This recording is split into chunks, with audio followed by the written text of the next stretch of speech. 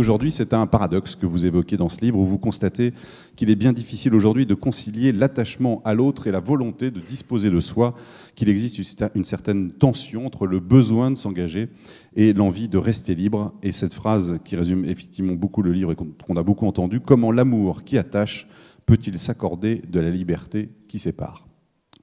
Vous avez 2 heures. C'est un bon thème de philo, ça. Hein, ça, c'est pas mal. Ça, ça fait grand oral de Sciences Po. Grand oral de Sciences Po, oui. Ça faisait longtemps que vous le prépariez, ce livre? Oui, ça fait des années que j'avais envie de réécrire sur ce thème. Alors, j'en ai parlé dans beaucoup d'essais, anecdotiquement, j'en ai parlé dans mes romans, mais j'avais envie de reprendre le sujet. Et pendant des années, j'ai oscillé. Je ne savais pas exactement sur quel axe travailler ce thème. Et puis, en fait, le sujet ne m'est apparu qu'à la toute fin. C'est-à-dire qu'au moment où le titre aussi. J'ai trouvé le titre, oui. Ouais, ouais. Le titre est vraiment venu au mois de juin. Oui, on est en novembre. Et tout d'un coup, ce titre qui m'a été soufflé par une personne qui travaille chez Grasset, ma maison d'édition, a tout réorienté. C'est-à-dire, c'est comme ces mots que quelqu'un vous jette dans un dîner ou dans une conversation et qui vous éclaire sur vous-même mieux que des années de travail. Et tout d'un coup, je me suis dit, mais oui, c'est ça, le paradoxe amoureux, c'est ça. Donc, on peut écrire un livre sans avoir le titre au début, ça c'est... Oui, ça arrive souvent, Ouais. c'est assez déroutant parce que du coup, on flotte un peu, mais à l'origine, le livre s'appelait Les paradoxes de la liberté amoureuse, donc c'était assez proche. Mais du coup, il y a eu une contraction. Donc, Et à partir des notes que vous aviez sur ce sujet-là, est-ce qu'au départ vous étiez parti sur le thème du paradoxe amoureux, ou vous étiez parti sur toute autre chose sur ce sujet de l'amour? Non, sur ce sujet, j'ai des notes en abondance dans tous les sens. Non, au début, ce qui m'intéressait, c'était de faire un essai sur la tension entre le déchirement dans l'amour, entre la volonté d'être avec une seule personne et l'envie de la pluralité, c'est-à-dire sur la difficulté du choix amoureux. Et puis, je me suis dit que c'était peut-être un thème trop étroit et qu'il fallait généraliser ça et l'ouvrir sur d'autres choses. Alors comment est-ce qu'on a pu passer du désordre amoureux, que vous évoquiez en 1977, au paradoxe amoureux? Bon, alors, sans rester trop attaché au mot, Ouais. dans le désordre amoureux, écrit avec Alain Finkielkraut, d'abord, nous opérions une première critique de l'idée de libération sexuelle, et surtout, c'était un livre sur la sexualité masculine, et nous montrions comment, derrière les mots d'ordre d'émancipation, en réalité, la sexualité masculine, dans son obsession génitale, voulait prendre le pas sur toutes les autres, et comment, justement, ce qu'il y avait de féminin dans l'érotisme, tout ce qu'il y avait de départ, de diffus, était un peu écrasé par les mots d'ordre de l'époque qui consistait à dire que l'orgasme devait régner. C'était le fameux terrorisme de l'orgasme qui était le mot d'ordre de cette époque-là. Et donc nous plaidions pour... C'était avant tout un livre sur la difficulté d'être un homme dans l'amour physique. Et voilà, c'était toute une étude là-dessus. Et déjà, nous mettions en question un certain nombre de dogmes, mais effectivement, nous manquions du recul historique. Puis on était jeunes à l'époque, on avait 28 ans, donc on participait nous-mêmes de l'utopie que nous dénoncions. Aujourd'hui, 32 ans après, puisque le livre est paru en 1977, je m'aperçois qu'effectivement, sur beaucoup de plans, ce qu'on a appelé mai 68 n'a pas du tout été ce qu'on a cru. Pas plus que le mai-juin 68 n'a été une révolution bolchevique, puisqu'au contraire, ces 2 mois ont servi à débarrasser la France de la tutelle que le communisme faisait régner dans l'intelligentsia et dans la société française. Mais 68 n'a été une révolution du désir. Et alors, j'ai dit dans le livre, je raconte 2 anecdotes. La première, c'est le cardinal Lustiger, qui à l'époque est un abbé. Il vient dans la cour de la Sorbonne le 15 mai 68, il regarde, il repart, il dit « il n'y a rien d'évangélique dans ce foutoir ». Il le raconte lui-même dans ses mémoires. Et puis il y a Maurice Clavel qui est un...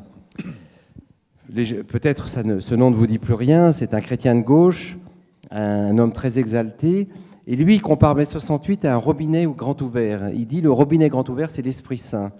Le doigt sur le robinet, c'est les forces de répression, les éclaboussures. » C'est la manière dont l'Esprit Saint a irrigué la société française et l'a renouvelée de fond en comble.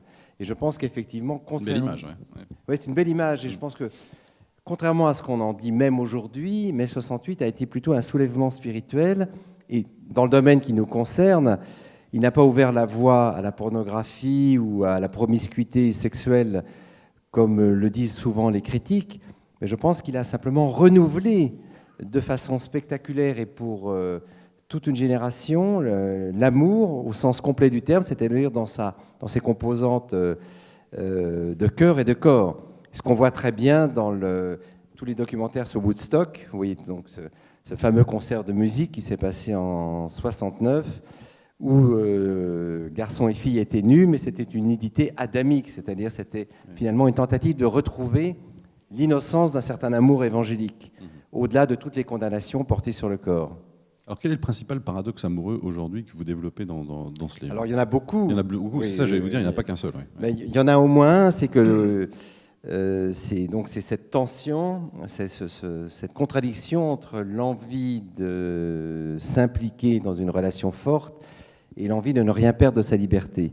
Et le paradoxe amoureux prend sa source dans la grande révolution sentimentale qui a commencé en Europe au XVIIIe siècle, au moment où les individus s'affranchissent petit à petit de la tutelle de la communauté, et notamment avec la révolution du capitalisme, où hommes et femmes, contraints de quitter les campagnes pour gagner leur vie à la ville, n'ont plus sur eux le poids du village, de la collectivité, du bourg, et donc peuvent donner libre cours à leurs émotions.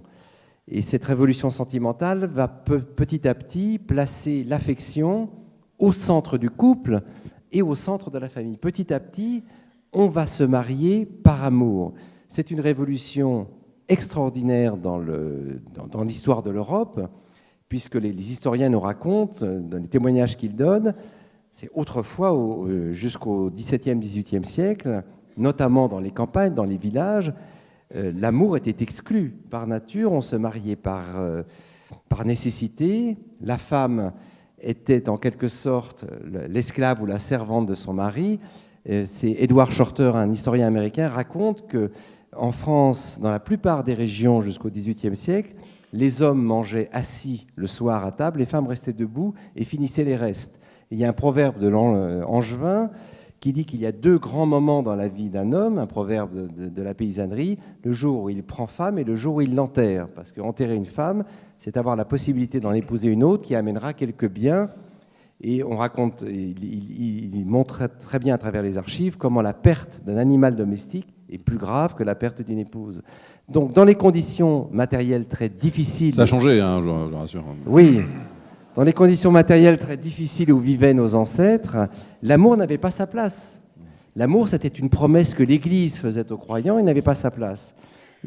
Donc, immense révolution qui va de pair avec l'affranchissement de l'individu par rapport à sa collectivité. Bon, il y a d'innombrables anecdotes qu'on aura peut-être l'occasion de raconter ce soir sur la pratique du charivari, sur la pratique du choix amoureux dans les villages. Mais l'amour n'est libre que dans une société où les individus sont libres eux-mêmes de choisir les gens qu'ils aiment. Et l'idée que l'on peut choisir la femme ou l'homme que l'on aime nous paraît à nous naturelle. Elle est pourtant très récente. Elle est très récente, elle a à peine un siècle. L'idée du mariage d'amour a été forgée par un certain nombre de réformateurs républicains, socialistes, anarchistes, féministes, à la fin du XIXe siècle, pour venir à bout de ces deux grands mots qu'étaient l'adultère et la prostitution. Mais la tradition, la règle, dans toutes les sociétés traditionnelles aujourd'hui, dans toutes les sociétés qui nous entourent, c'est le mariage arrangé, c'est le mariage fixé par la famille, fixé par les astres. C'est le mariage forcé. Beaucoup de jeunes filles dans nos banlieues sont mariées de force à des oncles ou des cousins au bled qu'elles ne connaissent pas, qu'elles n'aiment pas, et l'on sait les tragédies qui s'en suivent.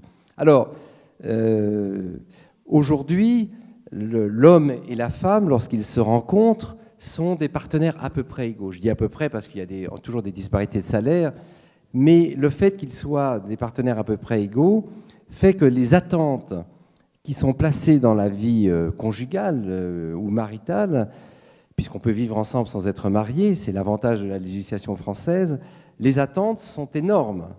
Autrefois, le mariage était un état dans lequel la jeune fille quittait ses parents et allait se mettre sous la coupe de son mari. Et la situation n'était pas forcément meilleure lorsque c'était un mari qui commandait que lorsque c'était le père ou les frères. Aujourd'hui, tout cela étant librement assumé, on attend du mariage non seulement qu'il nous permette la cohabitation avec un être qu'on aime, mais qu'il ne freine en rien les aspirations professionnelles ou personnelles que chacun des conjoints apporte dans cette vie commune. Et c'est là que justement il y a un paradoxe, une tension, c'est que les amoureux contemporains parlent le double langage de l'attachement fatal et de la libre maîtrise de soi, et qu'au fond, un des thèmes les plus rebattus du roman aujourd'hui, qu'il soit féminin ou masculin, c'est précisément la peur de sauter le pas, la peur de faire ce grand bond en avant qui consiste à aliéner sa liberté pour un être qu'on aimera peut-être moins dans quelques années. Les publicités de Mythique, par exemple, vous savez, ce site de rencontre, consiste à nous dire vous pouvez être amoureux sans tomber amoureux, vous pouvez aimer sans souffrir, ce qui est vraiment une promesse folle parce que nous savons tous que ça n'est pas vrai. Donc vous pouvez vous engager tout en restant complètement désengagé. Et quiconque a vécu en couple sait que cette promesse-là est fallacieuse et qu'elle traduit une sorte d'envie folle de l'individu contemporain de vouloir tout et le contraire de tout, c'est-à-dire le beurre et l'argent du beurre, les promesses de la vie commune. Les avantages et les inconvénients. Sans les inconvénients, sans les conséquences d'un engagement fort. Alors vous dites, l'accroissement vertigineux du taux de divorce en Europe ne vient pas, comme on le dit, de notre égoïsme et de notre idéalisme. Impossibilité de vivre ensemble liée à la difficulté de rester seul. Nos couples meurent non de déception, mais d'une trop haute idée d'eux-mêmes. Il ne reste plus que l'amour, le regard foudroyant du Dieu, comme disait André Breton, et c'est tout le problème. On surcharge la barque, on l'investit de telles espérances qu'elle finit par naufrager. Puis il y a cette très jolie phrase, nous ne souffrons pas d'avoir le cœur trop sec, mais de l'avoir trop humide, trop enclin à l'effusion. C'est une belle image. Ouais. Oui, c'est-à-dire que voilà, il faut repartir sur au fond l'histoire du mariage d'amour. Et repartir par exemple d'une très belle phrase dans La Princesse de Clèves, lorsque M. de Clèves est en train de mourir. C'est un aristocrate du XVIIe siècle, et sur son lit de mort, il avoue sa passion à sa femme. Et il dit, il eût été inconvenant de la part d'un homme de mon rang de vous avouer cette flamme au moment de notre mariage. Ça veut dire que nous avons complètement changé d'époque. Pour l'aristocratie européenne, le mariage était donc de convenance, de transmission, d'intérêt. On aimait en dehors de l'institution matrimoniale, on avait des maîtresses, on avait des amants. D'ailleurs, sur ce plan-là, la vie à la cour était beaucoup plus égalitaire qu'elle ne l'est devenue ensuite au XIXe siècle. Il y avait plus de liberté pour les femmes, en tout cas dans l'aristocratie, qu'il y en a eu ensuite dans la bourgeoisie. Mais l'idée du mariage d'amour est venue petit à petit, d'abord de la protestation des féministes, Flora Tristan, George Sand, beaucoup d'autres, et de leurs alliés. Victor Hugo a des très belles pages sur l'adultère. Il défend l'adultère parce que, dit-il, c'est la loi du cœur qui triomphe de la loi des hommes, et qu'en matière d'amour, les femmes ne doivent suivre que la loi du cœur, quitte à tromper leur mari, ce qui à l'époque était évidemment assez dangereux pour lui de le dire. Et ce qui inquiète le XIXe siècle, c'est l'éventualité de l'adultère féminin. C'est cette idée que les femmes pourraient coucher ailleurs et donc introduire dans la famille des bâtards. En gros, c'est quand même ça le souci de l'ordre social. Il faut que les enfants correspondent à la lignée des pères et des mères. Et petit à petit, on imagine qu'au fond, il y a deux conditions à remplir pour qu'un mariage soit heureux. Le premier, c'est qu'il soit fait par inclination, que les gens s'aiment et que par conséquent, les jeunes gens aient la possibilité de s'associer par goût plutôt que par force. Et toute une série de lois vont rendre le mariage à la fois plus facile et moins coûteux, parce que le mariage, jusqu'au début du XXe siècle, était une cérémonie assez chère. On va permettre aux garçons et à la fille de se passer de l'accord des parents, ce qui est une révolution par rapport à la coutume.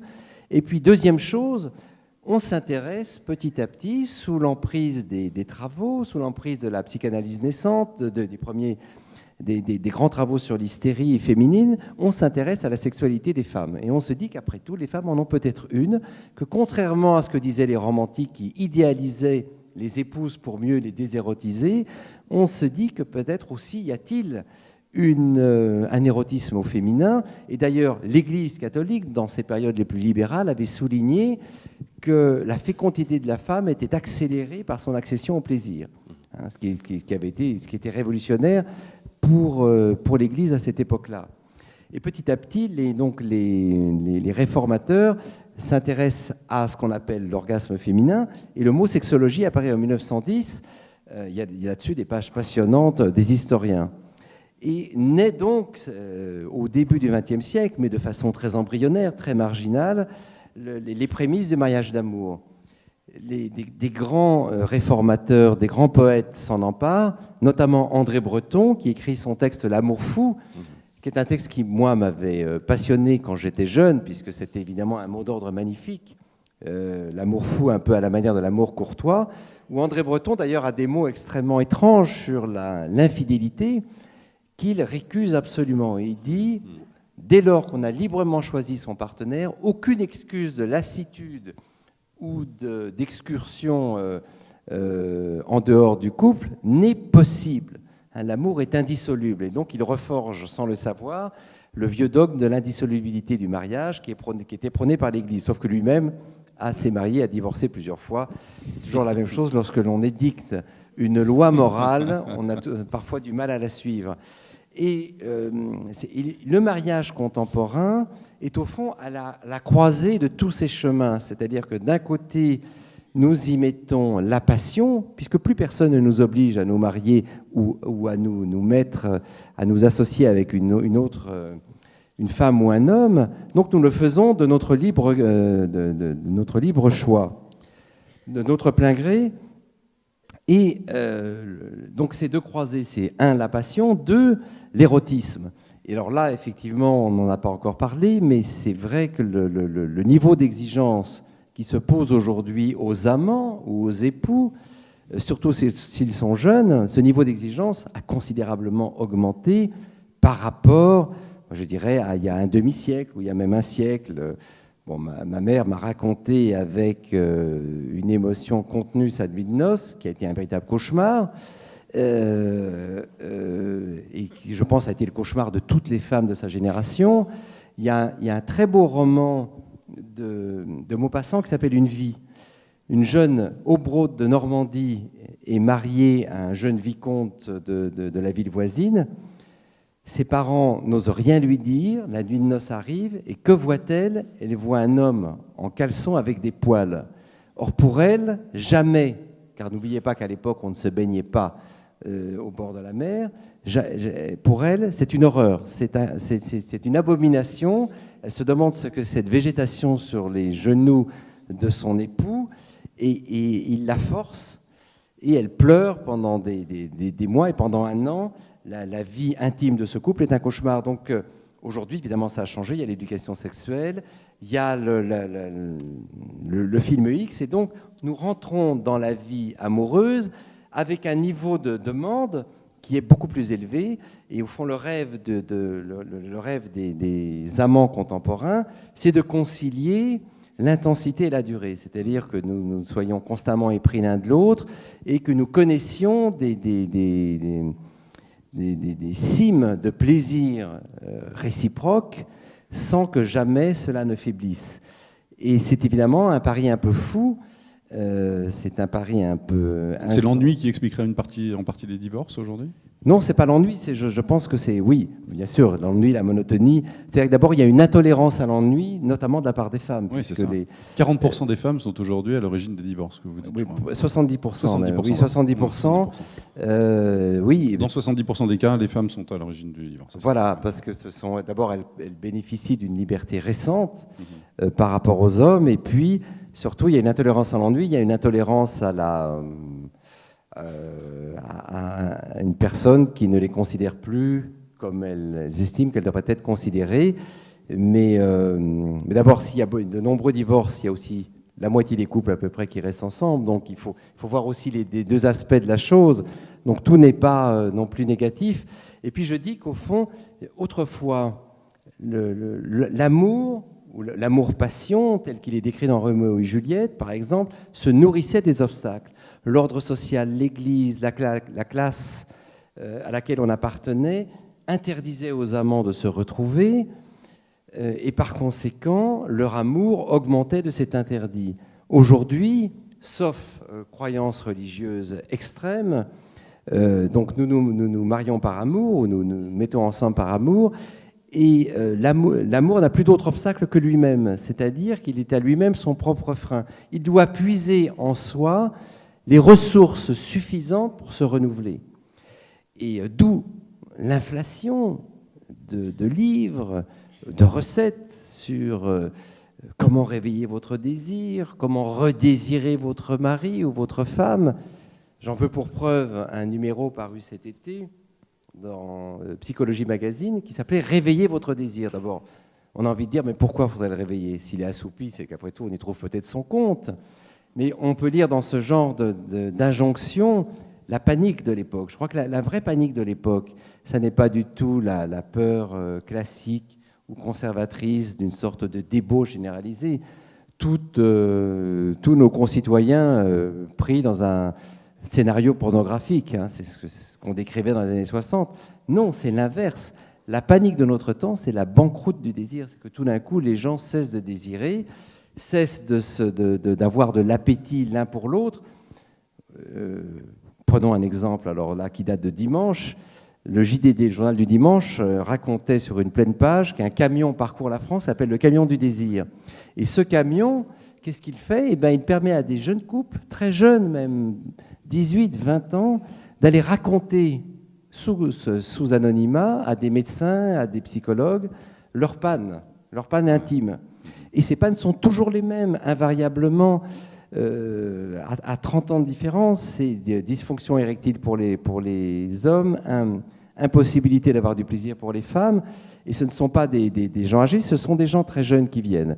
Donc, la sexualité est devenue un signe extérieur de bonheur, dites-vous. Oui, voilà, la sexualité d'abord se passe tout entier sous le signe de la performance et de la prouesse. Il faut assurer, comme on dit, c'est un mot assez laid, mais enfin c'est ça que disent les gens. Si on n'assure pas, on est l'objet de moquerie, on est renvoyé aux médecins, aux coachs, aux sexologues, aux psychologues. Et ce qui est amusant, c'est que les recettes pour réveiller le désir, je pense toujours à ce numéro Psychologie Magazine, étaient finalement assez naïves. Alors il y en a une, on disait il faut manger des framboises au lit, je ne sais pas pourquoi la framboise avait des vertus aphrodisiaques. Pour les autres, c'était du chocolat. Pour les autres, il fallait se masser. Il fallait aussi se parler à mots, non pas couverts, mais à mots ouverts. Donc tout ça, effectivement, ressort un peu de la méthode Coué. Mais le couple contemporain, c'est vraiment un homme et une femme qui attendent l'un de l'autre la rédemption, la transfiguration totale, et pendant 20 ou 30 ans.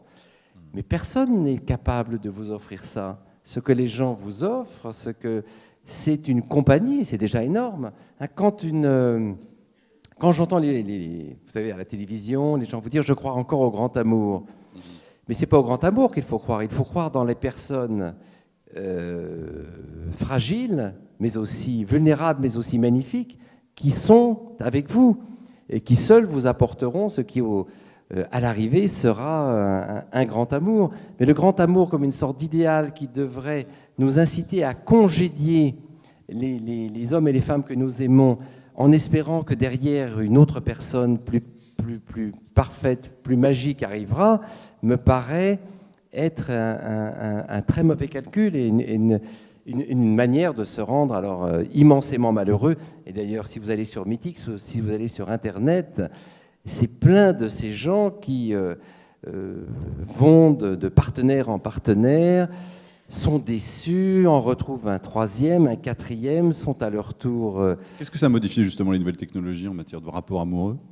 Alors, il y a du bon et du mauvais, hein, de façon très banale.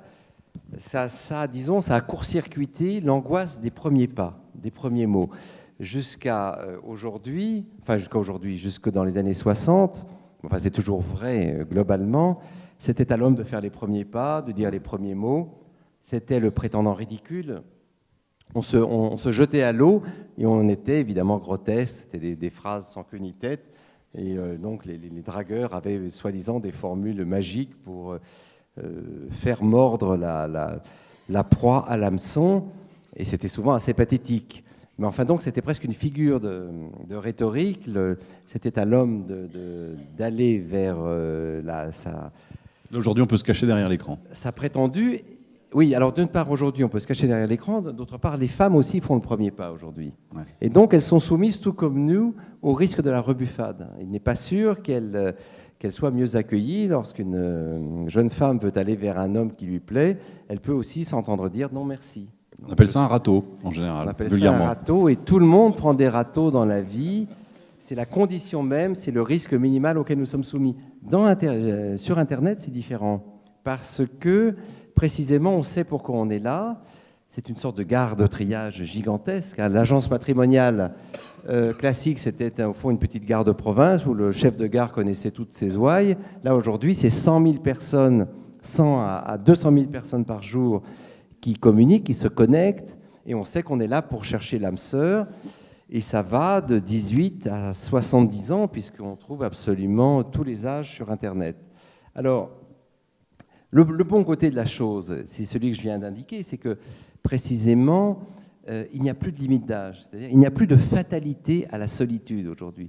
La femme de 30 ans de Balzac, 30 ans, c'était l'âge du déclin pour les femmes. 40 ans, c'était la fin pour les hommes. On entrait dans l'automne de sa vie, et puis c'était fini, on renonçait à toutes les joies. Non.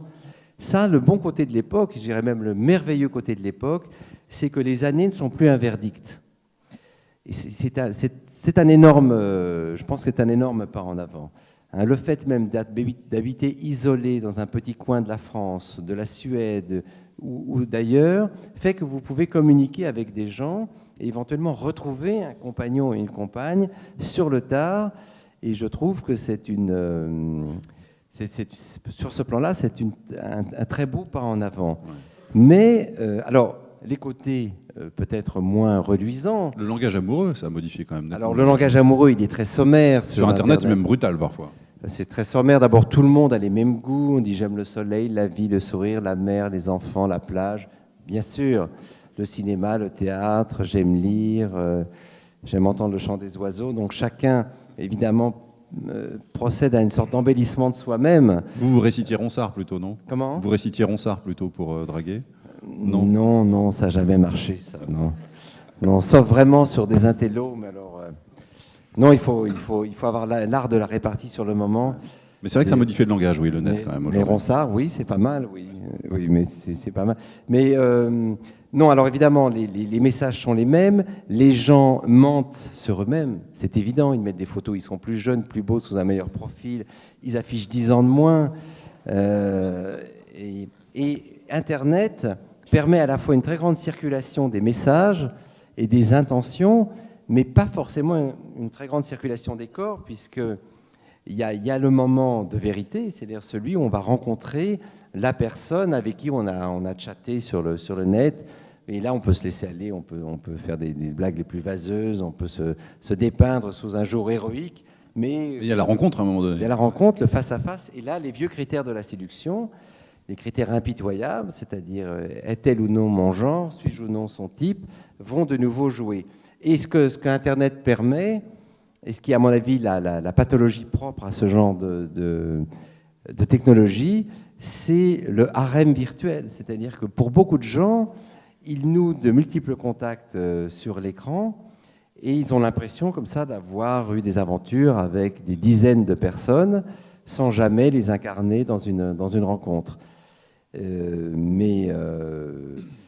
Alors, il y a aussi les inconvénients de la nouvelle technologie, c'est juste pour l'anecdote, parce que vous citez toujours, il y a toujours des petites citations en introduction des chapitres, et vous relatez ce que vous avez lu sur le site qui s'appelle videmerde.fr, je vous le dis, ça existe. Ce sont des gens qui racontent leur vie de merde, et il y a donc ce garçon qui raconte aujourd'hui j'ai reçu 2 SMS de ma copine, le premier pour me dire que tout était fini, et le second pour me dire qu'elle s'était trompée de destinataire. Ça arrive. Oui, comme quoi c'est quand même une technologie optimiste parce qu'on peut corriger immédiatement le message erroné. Imaginez au XVIIIe siècle, ça aurait été une diligence et il aurait fallu attendre 2 jours pour l'arrivée de la deuxième nouvelle. Est-ce que la libération sexuelle des femmes fait peur aux hommes? Oui, je pense que oui, globalement, ça a toujours été le cas. D'abord, la sexualité féminine a toujours été un objet de panique pour les hommes. Il y a alors dans le christianisme, les textes sont innombrables des pères de l'Église expliquant que la femme était à la fois un être immonde, satanique. Je crois que je ne sais plus quel est le père de l'Église qui a écrit qu'elle était un sac d'excréments. C'est Clément d'Alexandrie, je ne sais plus exactement, il faudrait que je retrouve la citation. Il y a la fameuse phrase de Saint-Augustin, « Nous naissons entre les excréments et l'urine ». C'est une phrase de ses confessions, pour dire évidemment à quel point la condition humaine est misérable. Mais tout au long de l'histoire de l'Europe, les écrits sont innombrables pour nous expliquer que la femme est possédée par Satan, que la matrice est le siège de mouvements furieux, et la chasse aux sorcières, l'Inquisition sont aussi des manières de faire avouer aux femmes qu'elles dissimulent dans leur utérus non seulement la possibilité de donner la vie, mais aussi de répandre les malédictions. Donc la matrice a toujours été vue comme un lieu de danger potentiel. Tous les fantasmes de castration, d'insatiabilité. Aujourd'hui, c'est pour des raisons différentes. Oui, je crois que oui, c'est pour des raisons différentes, mais je crois que ce fantasme-là est toujours omniprésent chez les hommes. On le trouve dans tous les fondamentalismes religieux, dans le judaïsme, dans l'islam. Il faut tenir la femme parce que si on la laisse en liberté, elle va coucher partout. Donc il faut lui mettre un voile, il faut l'habiller des pieds à la tête, puisque tout en elle est sexualité. Finalement, l'idée qui a fondé la misogynie classique, c'est l'idée que l'homme est un être de culture, il porte ses organes reproducteurs à l'extérieur, donc il en est séparé en quelque sorte, tandis que la femme est tout entière de nature, elle est tout entière son sexe, elle ne peut jamais s'en dissocier. En conséquence, il faut la contrôler, la surveiller et surtout veiller à ce qu'elle n'en fasse pas un usage immodéré, sans quoi elle est maudite et elle met le désordre dans la communauté, dans la société. Je crois que cette idée-là, elle n'est pas morte. Je crois que derrière tous les flonflons de la libération, ce préjugé-là reste omniprésent, y compris à gauche, y compris chez beaucoup de gens qui se proclament libertins ou libertaires. Vous avez cette phrase terrible à la page 65, vous dites « Il est exact que les brutalités contre les femmes vont s'accroître à mesure que s'accroît leur indépendance. On risque même d'assister à une explosion de violence jamais vue pour les punir de relever la tête. Le ressentiment de certains hommes à leur endroit s'apparente à la fureur d'un propriétaire réagissant à l'abolition de l'esclavage. » Elle est loin. Oui, parce que je crois qu'il suffit de lire les médias tous les jours. Il y a 300 femmes qui meurent chaque année en France. En France, oui. Alors d'une part, en France, il y a les accidents domestiques, ce qu'on appelle pudiquement les accidents domestiques, c'est-à-dire la violence conjugale. Il y a aussi des hommes qui sont tués par leur épouse ou leur concubine, souvent en représailles. Mais donc, il y a effectivement ce fait-là en France. Et puis, je crois qu'il y a 2 violences qui sont faites contre les femmes. La première, c'est la peur qu'elles relèvent un jour la tête. C'est ce que font les talibans, par exemple, au Pakistan et en Afghanistan, lorsqu'ils brûlent les écoles pour les filles. C'est l'idée que la femme doit rester un être inférieur, assujetti, et ne jamais accéder au savoir, de peur que l'ordre du monde en soit bouleversé. Il y a une deuxième violence contre les femmes, qui est celle de la post-libération, qui est l'idée que finalement, elles occupent aujourd'hui un pouvoir indu, que leur vraie place, c'est la maison, leur vraie place, c'est la procréation, les enfants, l'éducation, et que jamais elles ne devraient s'installer dans l'espace public, occuper des postes importants. Et effectivement, cette violence-là réagit au fait que les femmes ont levé la tête depuis 40 ou 50 ans et sont bien décidées à ne jamais retourner au foyer. Donc dans les violences qui sont faites contre les femmes, il y a ces 2 choses-là. Mais regardez ce qui se passe à Ciudad Juárez au Mexique, où ce sont des centaines de femmes qui sont assassinées. C'est vrai qu'il y a... Enfin, sans vouloir, je ne suis pas du tout en faveur de la guerre des sexes, bien au contraire. Je pense qu'il faut civiliser les antagonismes entre les 2 moitiés de l'humanité, mais que nous allons probablement assisté, c'est vrai, à un redoublement des violences contre les femmes. Exemple très simple, quand on a une fille, on ne l'élève pas comme quand on a un garçon. On lui donne un certain nombre de conseils, on la prémunit contre un certain nombre de dangers potentiels. Et par conséquent, oui, le spectre de la violence continue, même dans nos sociétés démocratiques et policées, à rôder sur les femmes, puisque une femme libre qui se promène tard dans la nuit, c'est une proie toujours pour quelques détraqués ou maniaques. Et donc, il faut mieux le savoir.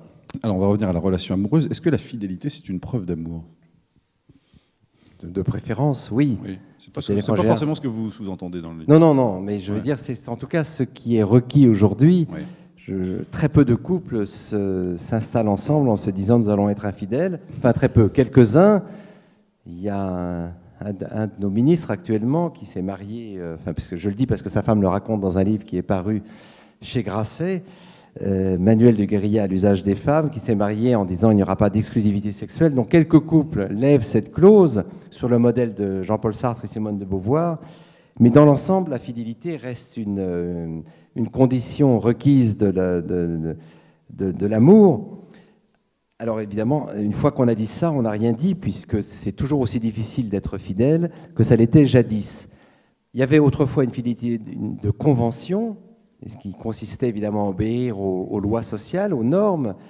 Bon, il était plutôt requis des femmes d'y souscrire, plus que les hommes. Les hommes avaient le droit de vagabonder, d'aller entretenir une maîtresse, d'aller au bordel. Pour les femmes, lorsqu'elles se conduisaient de cette façon, la réprobation sociale les attendait.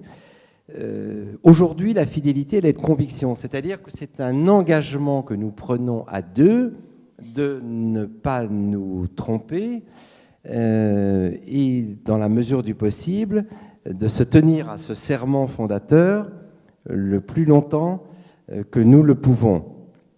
Cette fidélité de conviction, elle se redouble elle-même d'une autre fidélité. Et c'est là que les choses se compliquent. Il y a la fidélité que l'on doit à l'autre par le serment que je lui ai fait, serment tacite ou serment avoué, c'est au fond ce que la formule « je t'aime » veut dire. Je t'aime, je t'aimerai toujours, et je m'engage à ce que la promesse que je te fais aujourd'hui soit tenue dans 1 an, dans 2 ans, dans 10 ans. La deuxième fidélité, c'est celle que l'on doit à soi-même. Et alors, dans beaucoup de couples contemporains, il y a une tension, un déchirement entre le serment qu'on a fait à l'autre et l'authenticité que l'on se doit à soi-même. Et l'on entend beaucoup de couples, on le voit dans les films, dans les romans, dire « ben oui, c'est vrai que à ce moment-là, je ne t'aimais plus. Ce soir-là, j'ai fait un petit écart, mais je t'aimais moins, tu m'avais déçu. Et je me suis dit que par fidélité à moi-même, j'avais le droit de t'être infidèle. » Et on voit bien qu'en ce sens, le culte de la sincérité et de l'authenticité peut conduire parfois à une maladie contemporaine très répandue qui est la muflerie. Je crois qu'aujourd'hui, au nom de la liberté, on s'autorise vis-à-vis de l'autre des conduites qui existaient autrefois, bien sûr, qui existaient, mais qui aujourd'hui se sont démocratisées, c'est-à-dire sont devenues des conduites de masse. L'idée que de manquer d'égard envers l'autre, bon, tout le monde, à un moment ou à un autre, s'est conduit de cette façon-là, hommes et femmes. Il n'empêche que, bon, je le relève effectivement, la fidélité est devenue d'autant plus difficile aujourd'hui que la société nous a mis cette tâche sur nos propres épaules. C'est-à-dire qu'il appartient à chacun d'entre nous, à chaque couple, de savoir comment il va gérer ce problème, comment il va s'en accommoder. Et puis, il faut aussi se poser une autre question. Qu'est-ce que c'est que la fidélité ? Est-ce que c'est simplement la fidélité physique, charnelle ? On peut penser que l'exigence de fidélité va bien au-delà, car au fond, on peut être infidèle à l'autre sans le tromper avec un tiers. On peut faire la grève de l'amour, on peut faire la grève de la parole, on peut faire la grève de la gentillesse, on peut se murer dans un silence hostile. On peut aussi, et ça c'est presque plus intéressant, se contraindre d'une façon tellement difficile à rester fidèle que cela équivaut presque à un adultère. C'est-à-dire qu'on va faire payer à l'autre les efforts que l'on fait pour lui rester fidèle. Oui, je suis là ce soir, j'aurais pu être avec une autre. Tu vois à quoi tu m'obliges ? Eh bien, je reste, voilà, mais je ne dirai rien. Et je ferai la gueule toute la soirée. Ce genre de scène, on l'a un peu partout. Mais donc, c'est une C'est une question extrêmement complexe. Et enfin, je ne sais pas, vous avez peut-être envie de poser... Non, j'allais dire, l'adultère, est-ce que ça peut renforcer le couple aussi, à l'inverse? Mais voilà, c'est une question complexe. D'abord, face à l'adultère, il y a vraiment, je dirais, deux courants, deux traditions. Il y a la tradition anglo-saxonne d'intransigeance et protestante du Nord. On voit ça en Norvège ou en Suède. Le serment est infaillible.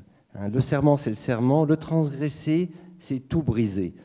Aux États-Unis, on connaît tous ces innombrables anecdotes, non seulement des hommes publics, mais même des particuliers, où un mari ou une femme sont pris la main dans le sac avec un tiers et sont immédiatement sanctionnés, punis.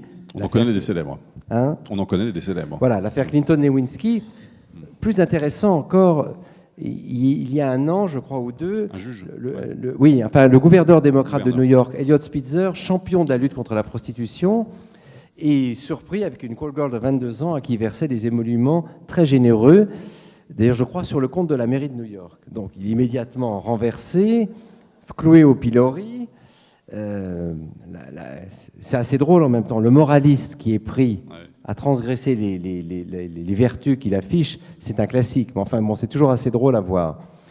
Lui succède un autre maire, un Afro-Américain aveugle, qui, le jour de son intronisation, vient avec sa femme. Il convoque la presse. Qu'est-ce qu'ils disent? Ils disent, voilà, ma femme et moi, nous nous sommes trompés réciproquement. Ma femme a eu des aventures, j'en ai eu aussi. Nous préférons vous le dire avant que vous le découvriez et vous nous mettez cloués au pilori. Et donc ça veut dire qu'aux États-Unis, la transgression est plus intéressante que la norme. Plutôt, la norme n'existe que pour être transgressée. Donc tradition d'intransigeance, les couples trompés ont des groupes de parole où ils racontent que les traumatismes subis par la femme ou le mari trompé sont équivalents à ceux du 11 septembre, ce qui, aux yeux d'un Français, aux oreilles d'un Français, paraît un peu exagéré. La tradition française, c'est tout autre. Elle a été d'ailleurs défendue avec beaucoup de talent par un philosophe anglais qui s'appelle Bertrand Russell en 1920 dans un petit livre qui s'appelle Du mariage. Et d'ailleurs, Léon Blum, qui a écrit lui aussi un livre sur le mariage, a repris ce raisonnement. Et Bertrand Russell, il dit, il y a deux choses à distinguer dans le mariage. Il y a la progéniture qu'il faut absolument protéger, et puis il y a la vie du mari et de la femme qui, elle, est soumise à des fluctuations.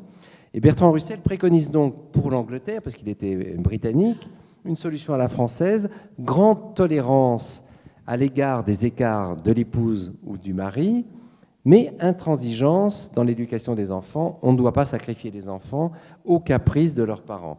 À l'époque, c'était absolument révolutionnaire. C'était quelque chose qui a suscité une indignation dans son propre pays, et qui, même en France, eût été très mal admis.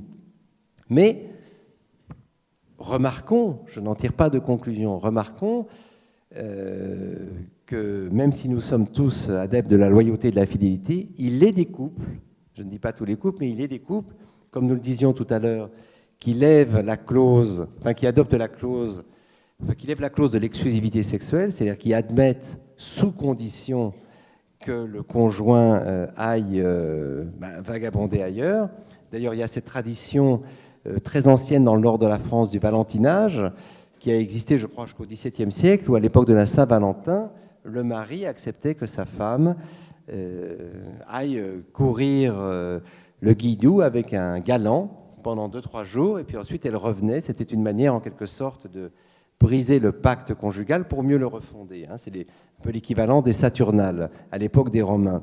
Donc il y a des couples qui ont des accommodements raisonnables, si l'on peut dire, entre eux, qui ont toutes sortes de pratiques que je ne détaillerai pas ce soir devant cette noble assemblée, mais qui, pour maintenir l'essentiel, c'est-à-dire le lien d'amour qui est entre eux, tolèrent parfois qu'un coup de canif soit porté au contrat. Mais le problème de la fidélité, c'est qu'au fond, autrefois, c'était un ordre, c'était un dogme, on n'avait pas le droit de déroger. Aujourd'hui, c'est de notre ressort seul. Tout cela est de notre ressort. C'est à nous de décider avec le partenaire ou l'amant, le mari ou la femme, c'est de décider comment nous allons gérer ce problème. Pourquoi ? Parce que aimer, c'est choisir, choisir, c'est exclure, et donc c'est opérer un sacrifice par rapport à tous ceux ou à toutes celles que nous aurions pu aimer à côté. Et d'autre part, la fidélité entraîne le couple dans un vertige, parce qu'il n'est pas de couple qui ne soit obsédé d'une manière ou d'une autre, dans le passé ou dans le présent, par la figure d'un tiers. Qu'est-ce que c'est que le tiers ? C'est le point de fuite, homme ou femme, de celui ou de celle que nous aurions pu aimer, de celui ou de celle que nous avons aimé, un ex ou une ex. C'est ce point de fuite qui a fait écrire à Freud. Oui, à Freud, bien sûr, mais aussi à Dostoïevski, ce roman extraordinaire qui s'appelle L'Éternel Mari. Qu'est-ce que c'est que l'Éternel Mari ? Chez Dostoïevski, c'est cet homme qui n'est pas très beau, qui n'est pas très reluisant, qui n'est pas très appétissant, qui épouse toujours des femmes un tout petit peu trop bien pour lui, et qui s'arrange pour leur faire rencontrer l'amant au charme duquel elles vont succomber. Et donc, en quelque sorte, c'est celui qui organise son propre coquillage. Et à chaque fois, donc, il feint de se scandaliser que ce beau capitaine de l'armée enlève son épouse, que cet officier du tsar la séduise, mais en réalité, on s'aperçoit que c'est lui-même qui organise la tromperie parce qu'il est fasciné par les amants de son épouse. Alors, évidemment, c'est un très beau roman où l'on voit aussi d'ailleurs le mari en question enterrer les uns après les autres les amants de son épouse en disant quelle tristesse, cet homme était charmant, il la rendait si heureuse. Mais après tout, ça peut du masochisme un peu là quand même. Oui, c'est du masochisme, mais c'est aussi c'est la fascination pour le tiers, c'est-à-dire celui ou celle qui pourrait éventuellement nous arracher la personne que nous aimons, et nous faire atrocement souffrir. Donc vous avez beaucoup de couples qui préfèrent organiser les écarts de l'autre plutôt que de les subir. Ça existe vraiment, ça ? Ça existe, c'est le fameux pacte qu'ont signé Jean-Paul Sartre et Simone de Beauvoir, avec les amours contingentes et les amours nécessaires, pacte qui d'ailleurs n'a pas été suivi, puisque Simone de Beauvoir raconte comment finalement ça n'a pas toujours marché, que les tiers se sentaient floués, qu'il y a eu souffrance, qu'il y a eu jalousie, déception. Mais c'est parce que Jean-Paul Sartre et Simone de Beauvoir ont inauguré, ont voulu fonder leur union sur la transparence. Là aussi, c'est une question intéressante. Devons-nous tout dire à l'autre, méthode donc fondée sur la sincérité, ou devons-nous nous en tenir au minimum de confidence ? C'est plutôt la deuxième version pour vous. Alors pour moi, c'est plutôt la deuxième version parce que je suis français. Et que la méthode de l'insincérité, c'est effectivement... Vous savez, vous avez ce mot qui revient dans tous les films anglais et américains, c'est l'honnêteté. Tu n'as pas été honnête avec moi, tu m'as trompé. À cela, on peut répondre de façon, je dirais alors peut-être très jésuitique, que d'une part, l'amour n'exclut pas la tolérance aux faiblesses de l'autre et à ses propres faiblesses. Ça, je crois que c'est la tradition française. C'est aussi la tradition catholique. S'il y a une douceur du catholicisme par rapport à une rigueur d'un certain protestantisme, c'est qu'il y a la pratique du confessionnal et donc du pardon. Nous sommes faibles, mais aussi nous pouvons nous racheter. Deuxième chose, la pratique de la transparence. Elle implique donc de dire à l'autre en temps réel tout ce qui nous passe par la tête. Les déceptions, la désaffection du sentiment, les pertes du désir. C'est le criblé de balles en permanence, dites-vous. Oui, alors je dis, voilà, dire la vérité à l'autre, c'est le criblé de balles en permanence. Si vous arrivez tous les soirs chez votre conjoint ou votre femme pour lui dire « Non, t'étais pas beau aujourd'hui, t'as une sale tête » ou bien « J'ai vu une fille sublime dans la rue », vous allez petit à petit insinuer un doute dans le couple.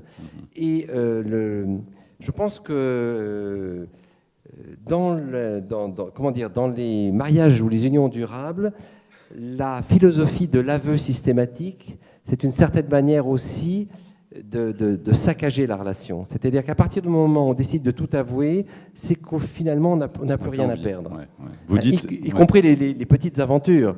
Si on commence à tout dire, c'est que finalement, on se dit que l'aveu entraînera un tel désespoir chez l'autre qu'il pourra le pousser à partir. Vous dites énoncer la vérité, toute la vérité à son conjoint, comme on le ferait à un tribunal, c'est le soumettre à un chantage insupportable, inversion de la morale classique. Tant qu'on ment, c'est qu'on tient à l'autre, et que la sauvegarde de la relation importe plus que le souci de la confession. Se taire, c'est protéger, avouer, c'est saccager. Contre l'atroce franchise, il faut défendre le principe de prévenance et de discrétion. Il y a un bon usage de la duplicité dans un couple. Mieux vaut le flou dans la confidence que la probité du confessionnal. Oui, surtout que il y a un mensonge qu'on ne peut pas cacher, c'est celui du sentiment. C'est-à-dire que vous ne pourrez jamais cacher à votre conjoint que vous ne l'aimez plus. Par de multiples signes, par de multiples indices, par de multiples abandons, il ou elle comprendra que vous ne l'aimez plus. Mais, bon, encore une fois, la fidélité ne se réduit pas à la fidélité physique. Et vous dites que si on ment, c'est pas forcément pour dissimuler la vérité, c'est aussi pour intensifier sa vie. Alors oui, alors là, on entre dans un domaine littéraire qui est évidemment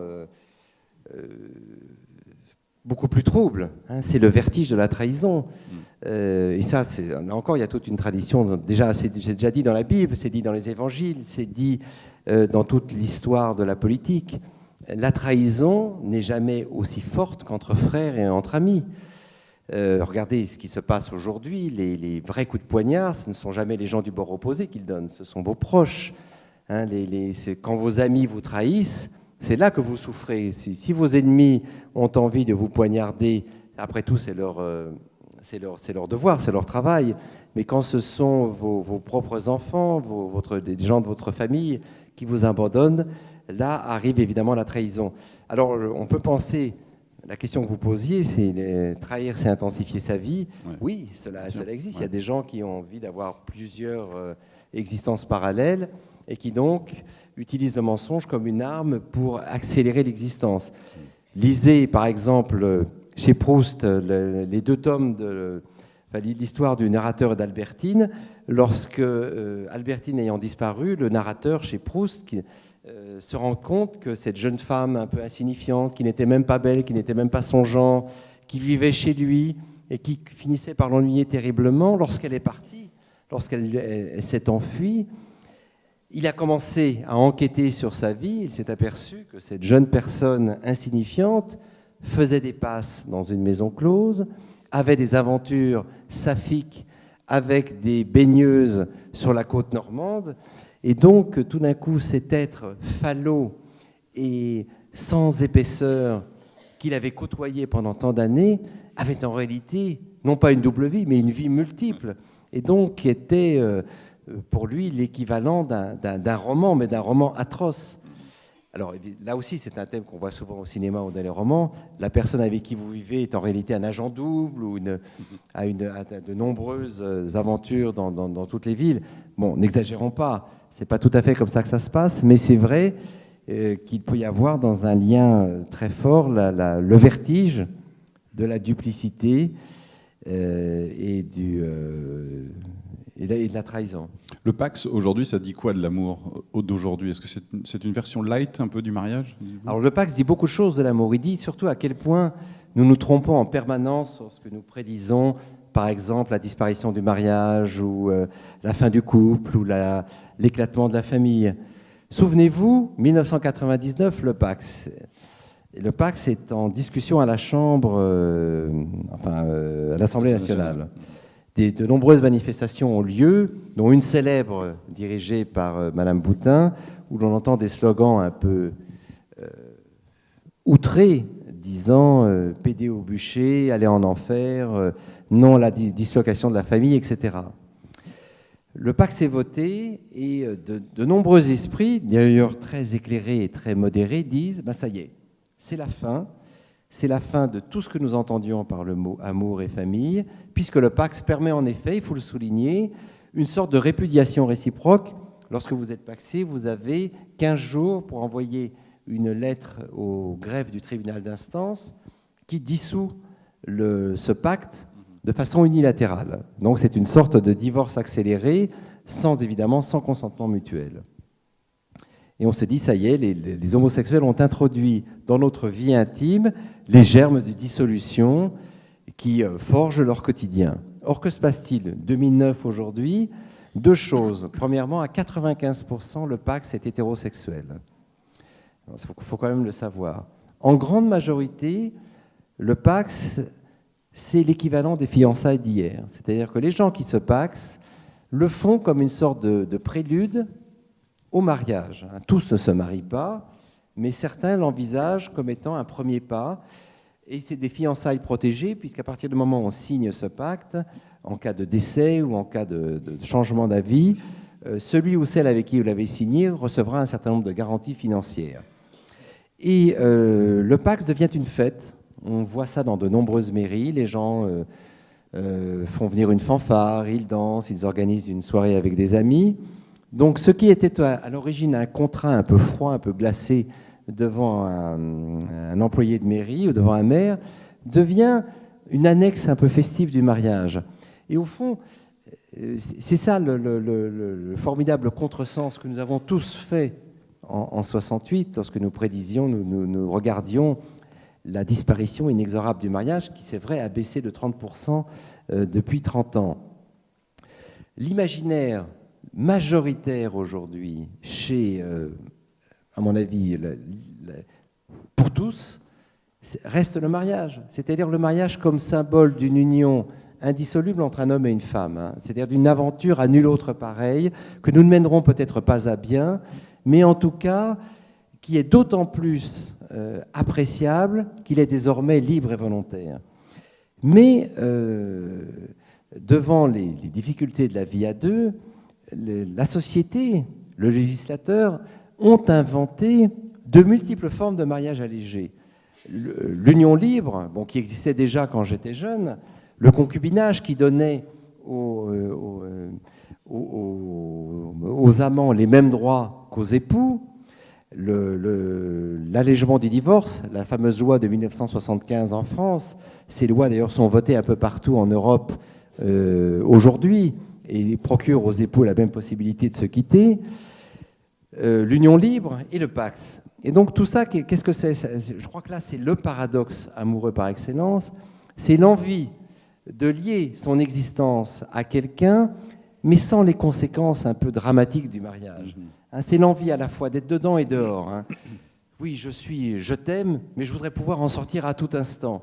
En réalité, on sait que même si on se sépare, le lien subsiste. C'est utopique alors, en fait, totalement. Oui, c'est une utopie, mais c'est une utopie qui nous permet de nous marier, d'avoir des enfants. C'est cela justement peut-être la ruse de la raison sentimentale où nous sommes tous. Alors par exemple, un des effets du divorce, on déplore le divorce, on a raison, mais il y a un effet positif qu'une étude suédoise a montré et qu'une récente étude démographique sur la fécondité des Français a aussi souligné. C'est parce que les gens divorcent, jeunes aujourd'hui, que nous avons plus d'enfants. Parce qu'ils ont à cœur de recommencer un autre couple après 30 ans, pour les femmes ou après 35 ans, et donc ils refont un enfant avec leur nouveau conjoint, avec leur nouvelle conjointe. Et on explique une bonne partie de l'extraordinaire fécondité française par le fait, d'une part, que les femmes travaillent, donc il n'y a pas d'incompatibilité entre le travail féminin et la procréation, par le fait que les lois en France sont très favorables aux femmes avec enfants, mais aussi par cette circulation des couples qui explique qu'on a envie finalement de recommencer sur de nouvelles bases une nouvelle aventure sentimentale et familiale. Alors je raconte dans le livre une anecdote que je trouve tout à fait stupéfiante, mais tellement symptomatique de ce que nous vivons aujourd'hui. Ça se passe tous les automnes, place des Abbesses. Le maire du 18e arrondissement, Daniel Vaillant, donc un maire socialiste, reçoit des jeunes couples qui viennent signer auprès du maire l'engagement de ne jamais se marier. C'est la fameuse chanson de Brassens, « Nous ne mettrons pas notre nom au bain d'un parchemin ». Or, ce qui est stupéfiant, c'est qu'ils viennent demander à un officiel, le maire du 18e arrondissement, l'autorisation de ne jamais officialiser leur union, ce qui est quand même incroyable. C'est comme si on demandait à l'État, finalement, de pouvoir se passer de ses services dans notre vie amoureuse. Et je crois que c'est là tout à fait symbolique de cette envie à la fois de s'engager avec un être qu'on aime et de s'engager pour toujours, mais en même temps de redouter que cette implication avec cette personne nous entraîne trop loin. Donc oui, tous les avantages du mariage, sans les conséquences. En réalité, nous le savons, les conséquences nous rattrapent. Les enfants sont là qui nous disent que le divorce, s'il y a eu divorce, les a rendus extrêmement malheureux. Et en réalité, nous savons très bien le mythe, je crois que le mythe sur lequel nous vivons aujourd'hui tous, et que Internet, mythique, toute l'idéologie du bonheur propage, c'est le mythe de l'individu allégé. C'est le mythe de l'homme ou de la femme léger qui ne sont jamais concernés par leur engagement, pour qui rien n'a de conséquences. Et un site comme Mythique le reflète parfaitement. Nous croyons que nous pouvons avoir toutes sortes d'aventures amoureuses sans en être jamais affectés. Que nous pouvons constamment nous réincarner dans une nouvelle vie. C'est vrai dans une certaine mesure, mais je ne pense pas que Je pense qu'il faut réintroduire dans l'amour, et d'ailleurs nous le savons bien, c'est une des sources du malheur amoureux, l'idée de la fatalité. L'être que nous allons aimer, même si nous ne faisons pas notre vie avec lui, d'une certaine façon, il est fatal. Il n'y en aura pas des milliers, il y aura peut-être quelques personnes qui nous auront marqués, mais l'amour, c'est bien la conversion d'une contingence, le hasard qui nous a fait rencontrer à un certain moment, en nécessité. Il est impensable, après coup, que je n'ai pas rencontré cette femme à ce moment-là dans cette soirée, que je n'ai pas croisé cet homme à ce moment-là dans un train ou chez des amis. Et cette idée de la fatalité, elle contredit violemment notre envie d'être en permanence désincarné et de pouvoir en recommencer sur des bases nouvelles. L'idée des nouveaux commencements, qui est de la tarte à la crème de la presse, des médias, est vraie jusqu'à un certain point, mais n'ayons pas l'illusion que nous pouvons gommer ou effacer les gens que nous avons aimés d'un trait de plume, parce que la mémoire, l'inconscient sont là pour nous le rappeler. Ils continuent à vivre en eux, et c'est précisément toute la difficulté de ce qu'on appelle les ex. C'est ce que vous dites à un moment sur Freud, notamment, qui dit que quand on fait l'amour aujourd'hui, on fait l'amour non pas à 2, mais à 4, à 6, parce qu'on fait l'amour avec les ex. Enfin, pas seulement avec les ex, on fait l'amour avec son père et sa mère aussi, ce qui est son encore plus père et embêtant. sa mère, oui. Donc il est préférable, pour rentrer dans une histoire amoureuse saine, d'être au clair avec papa et maman.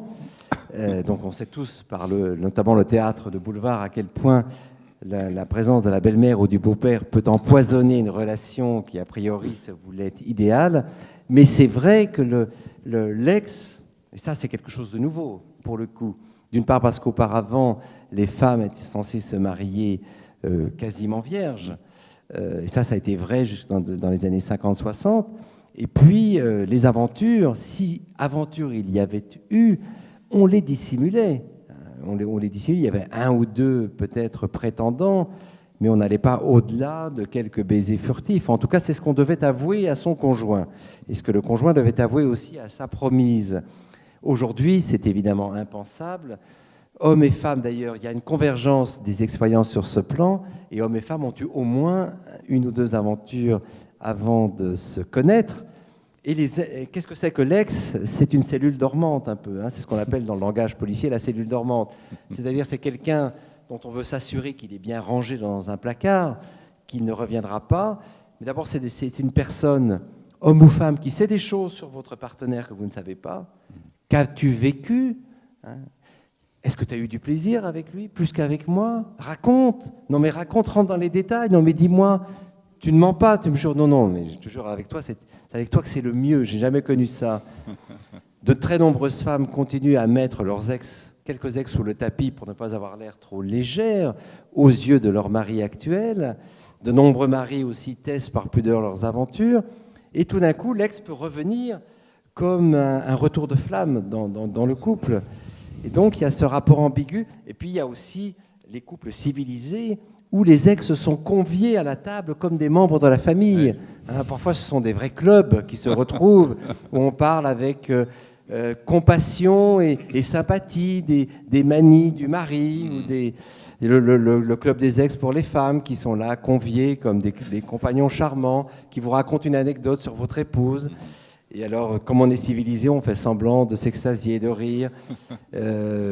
Oui, ça sont des mœurs assez contemporaines. Donc il faut regarder sous le tapis, c'est le conseil que vous nous donnez ce soir. Non, il faut mieux ne jamais regarder sur le tapis et aller de l'avant parce que rien ne sert de soulever les recoins du passé. Là encore, je crois que le souci de la vérité ou de la transparence n'est pas forcément...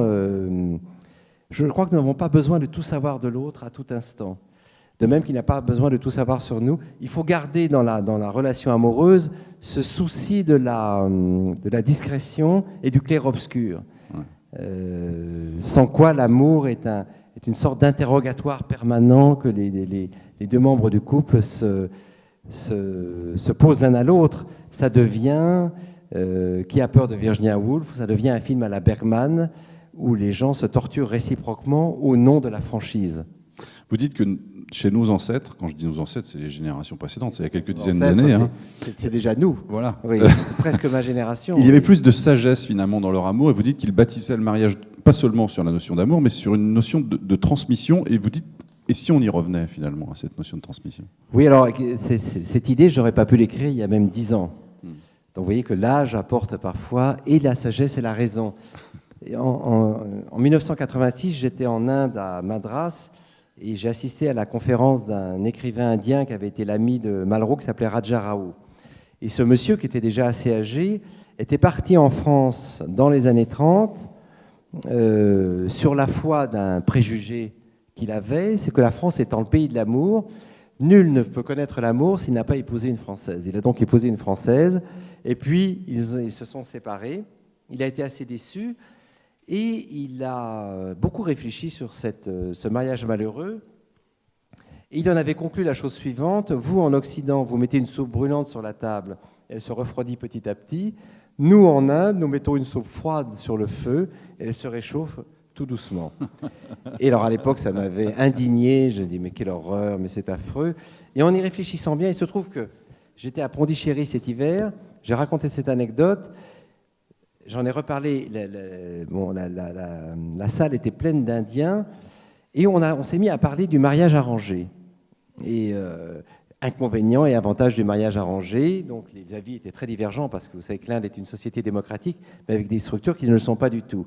Et deux camps se sont affrontés. Une veuve, jeune, qui a dit haut et fort, moi, depuis que mon mari est mort, d'abord, je ne me suis pas brûlé avec lui, je ne me suis pas enterré, mais il faut dire qu'elle était chrétienne, donc elle était un peu affranchie des préjugés de l'hindouisme.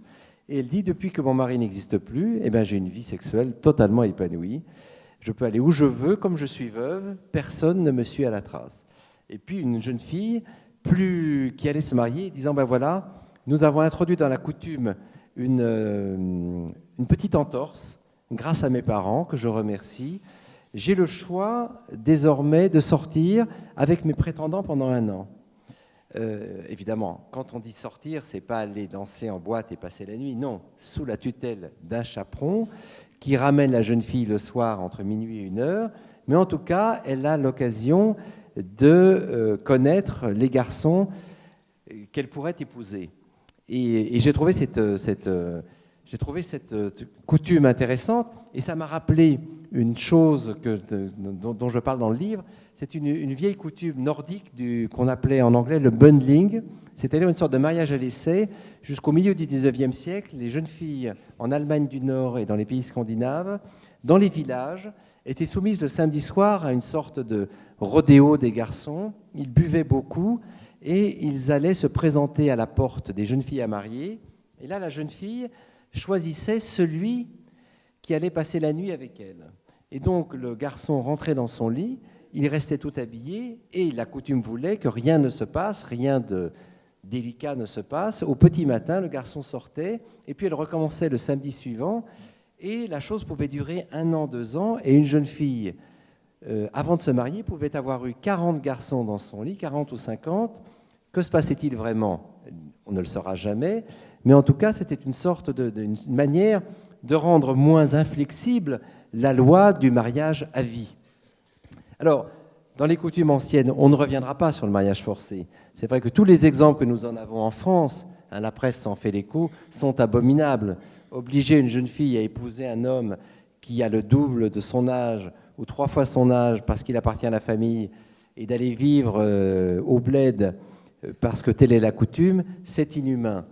En revanche, c'est vrai qu'il y a dans les usages anciens une sagesse que peut-être nous devrions reconsidérer. D'abord, nous avons noirci à l'extrême la vie de nos ancêtres, qui après tout n'était peut-être pas aussi abominable que nous le disons.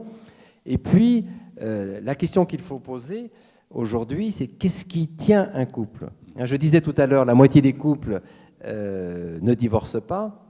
Alors pourquoi ? Est-ce que parce qu'ils sont heureux ensemble ? On n'en sait rien, mais on peut supposer que pour eux, la somme des avantages l'emporte sur celle des désagréments. S'ils restent ensemble, c'est qu'après tout, ils y trouvent leur compte, comme on dit en psychanalyse. Donc nous n'avons pas à les juger. Mais si on s'interroge sur ce qui peut rattacher deux personnes au-delà de l'embrasement des sens et des feux de la passion, eh bien je crois qu'il faut peut-être insister sur d'autres valeurs que l'amour fou ou l'érotisme débridé. D'abord, comme vous le disiez, il y a la transmission, ça peut être la transmission des biens, ça peut être l'éducation des enfants, ça peut être le souci de la progéniture, toutes préoccupations qui ne sont en rien méprisables. Il faut quand même le rappeler contre une certaine parole gauchisante ou libertaire qui ne cesse de nous faire honte de nos soucis matériels ou de nos soucis éducatifs. Même avoir un projet en commun, un projet économique, une entreprise, ça permet de souder un couple. Mais je crois, au-delà de cela, que ce qui retient ensemble un homme et une femme, voire deux hommes, voire deux femmes, c'est la transformation d'un sentiment fort en amitié. Je crois qu'il faut revaloriser le terme d'amitié, d'abord parce que l'amitié connaît les mêmes mécanismes que l'amour. On l'oublie trop. Il y a de la jalousie dans l'amitié, il y a de l'exclusivité. Donc l'amitié, en principe, n'a pas de composante sexuelle, mais elle est, dans le domaine sentimental, tout aussi violente que l'amour. Et on se fâche avec ses amis, et on se fâche à jamais pour des raisons tout aussi absurdes qui poussent un couple à se séparer. Donc l'amitié dans un couple, qu'est-ce que c'est ? C'est, je pense, faire de la conversation le ciment de la vie à deux. D'abord parce que la conversation, c'est ce qu'il y a de plus érotique entre un homme et une femme. Et la conversation, c'est ce qui nous permet aussi de vivre au-delà de nos existences contingentes, de vivre dans un monde commun. Lorsqu'il nous arrive un événement, lorsque nous lisons un fait divers, lorsque quelque chose de fort se passe dans le monde, que faisons-nous ? Nous appelons l'être que nous aimons. Nous lui disons « devine ce qui vient d'arriver ». Qu'est-ce que c'est que la vie à deux ? Ça n'est pas que accouplement sauvage et serment et roucoulement continu. C'est aussi une certaine façon de deviser ensemble. Rien ne soude plus un homme et une femme que la conversation qu'ils peuvent avoir et qui est une manière pour eux à la fois de comprendre le monde, de le commenter et de le construire. Et donc je pense qu'effectivement dans les ciments du couple, dans la durabilité du couple, on peut mettre l'amitié et la conversation comme étant probablement ce qui retient un homme et une femme ensemble, beaucoup plus que ces engouements instantanés qu'on peut avoir pour d'autres êtres ou d'autres corps. D'ailleurs, il faut revenir sur ce vieux proverbe, après le coït, l'animal est triste, post coitum animal tristé. C'est pas vrai, parce que une fois que la chair a reçu son tribut, eh bien, tout reste à faire, c'est-à-dire il reste à parler, à converser ensemble et à découvrir le monde. Donc voilà ce que je dirais sur ce sujet. Qu'est-ce que j'aurais aimé vous avoir en prof de philo quand même. Il n'est pas trop tard, je donne toujours des cours. C'est vrai ? Aux États-Unis, vous donnez des cours, je crois aussi. Non, mais je donne des cours épisodiquement. Oui, je donne des cours aux États-Unis une fois par an et je vais redonner des cours à Sciences Po. Ah, d'accord. Voilà. Très bien. Sur quel sujet ? C'est le sujet de mes livres, en fait. Je prépare mes livres avec mes étudiants à Sciences Po parce que c'est les enseignements d'ouverture. Et c'est libre et c'est très agréable, c'est ouvert à tout le monde. Et comment vous faites pour passer du roman à l'essai ? C'est un peu schizophrénique quand même. Oui, c'est deux écritures très différentes. Oui, c'est schizophrénique, mais bon, j'ai deux cerveaux, donc j'en mets un en jachère et je fais travailler l'autre. C'est tout bête. Mais disons que c'est une tradition française, là aussi, Ouais. qu'on a un peu perdue. Oui, exactement. Il y a peu de. C'est-à-dire peu qu'au de- fond, d'auteurs qui le font. depuis le XVIe siècle, les auteurs français, tous les grands classiques font du théâtre, de la poésie, du drame, de la critique littéraire, écrivent des essais. Hein. Les essais, c'est Montaigne qui a inventé le genre. Le XVIIIe siècle, Voltaire faisait tout. Des contes, des romans, des tragédies. Et cette tradition s'est maintenue jusqu'à Sartre et Camus, et s'est perdue ensuite. Et aujourd'hui, on vous somme en quelque sorte d'être d'un côté de la barrière ou de l'autre. Il y a les romanciers ou il y a les philosophes, et si vous êtes entre les deux, on vous le reproche. Non, je pense que la France doit renouer avec ces traditions qui ont du bon. Là encore, vous allez me trouver très conservateur, mais je pense que nous sommes beaucoup trop obnubilés par l'actualité et la modernité. Nous avons oublié toute la richesse que recèle la culture française et au fond toute la liberté qu'elle nous apportait dans le domaine de la pensée, de l'art, de la culture et même des mœurs. Car au fond, là aussi, il faut le dire, ce qui caractérise la France par rapport à tous les autres pays du monde, c'est que la France a commencé très tôt ce long dialogue entre les hommes et les femmes, qui, dans d'autres pays, n'a commencé que très tard. Même si la législation en France a été sur ce point assez lente, l'amour courtois, la tradition des précieuses, les salons, la tradition littéraire féminine au XIXe et au XXe siècle ont tissé entre ces deux moitiés de l'humanité un dialogue qui, au fond, ne s'est jamais véritablement interrompu et qui subsiste aujourd'hui beaucoup plus qu'ailleurs, beaucoup plus qu'aux États-Unis, beaucoup plus qu'en Angleterre, beaucoup plus que dans l'Europe du Nord. Ça, je crois que c'est un trésor de la tradition française que nous devons chérir par-dessus tout.